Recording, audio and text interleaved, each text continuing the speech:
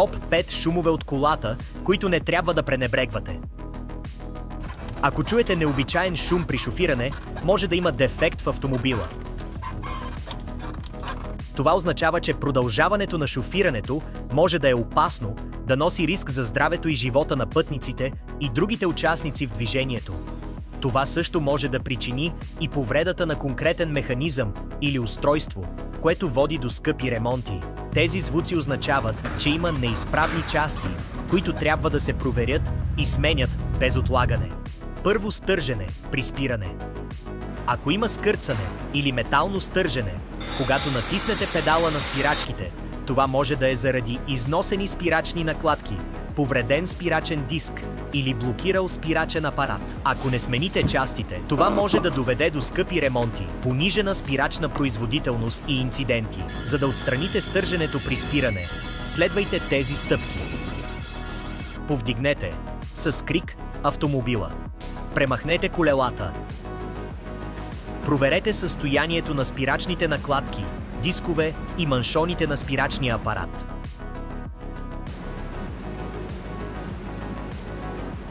Сменете износените или повредени части. Втори, тропане от окачването. Ако чувате заглушено тупкане или метално дрънчене при преминаване през неравности, причината могат да са износени амортисьори, износени лагери тампони на макферсоните или повредени втулки на стабилизиращата щанга. Ако не се сменят тези неизправни части, това може да доведе до ускорено износване на други компоненти на окачването, влошена управляемост на автомобила, по-дълъг спирачен път и инциденти при маневри с висока скорост. Първо, прегледайте амортисьорите. Не трябва да има никакви течове на масло. След това, пробвайте да разклатите паркирания автомобила, като го бутнете отстрани. Карусерията трябва да спре да се движи почти веднага, след като спрете да я клатите. Ако не, макферсоните трябва да се сменят.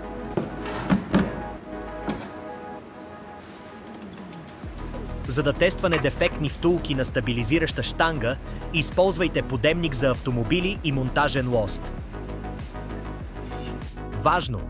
Ако компоненти, които влияят на приравняването на колелата, са сменяни при ремонта, не забравяйте да извършите реглаж. Трето. Свирене под предния капак. Ако чувате свистене при палене на двигателя или рязко ускорение, това може да се причини от изплъзващ се пистов ремък, износена паразитна или обтяжна ролка. Скъсването на пистовия ремък може да причини отказ на алтернатора, сервоуправлението и компресора на климатика. Следвайте тези стъпки.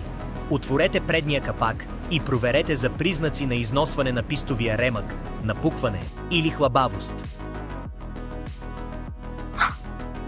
Инсталирай приложението AutoDock, спестявай при покупка на резервни части. За да проверите обтегачите, пробвайте да завъртите ремъка отвътре навън на ръка. Проверете нивото на течността в резервоара за сервоуправлението и се уверете, че няма балончета в течността. Завъртете волана няколко пъти. Ако свистенето променя тона си, проверете състоянието на ремъка на сервоуправлението. Включете и изключете климатика. Промени в свистенето могат да са признак на износен ремък на климатика или блокирал компресор на климатика. Сменете дефектните компоненти. Четвърто. Свистене при високи скорости. Ако забележите свистене или вибрации, които се увеличават при ускоряване, това може да е признак на износени колесни лагери или разбалансирани гуми. Пренебрегването на неизправността може да доведе до повишен разход на гориво, блокиране на лагери и инциденти, както и ускорено износване на окачването и спирачките. Можете да извършите самостоятелна диагностика на неизправността, като следвате тези стъпки.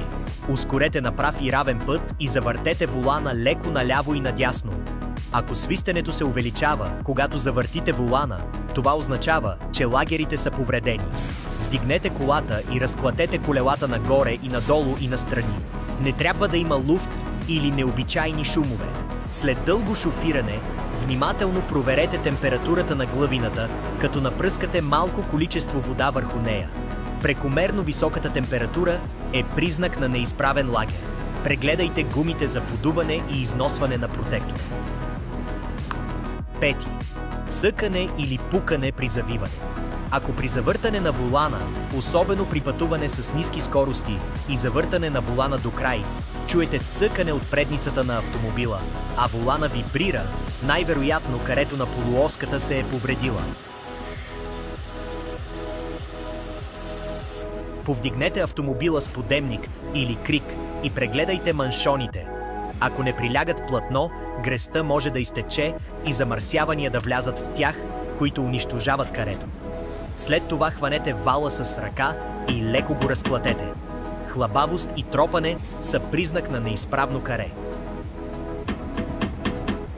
Важно!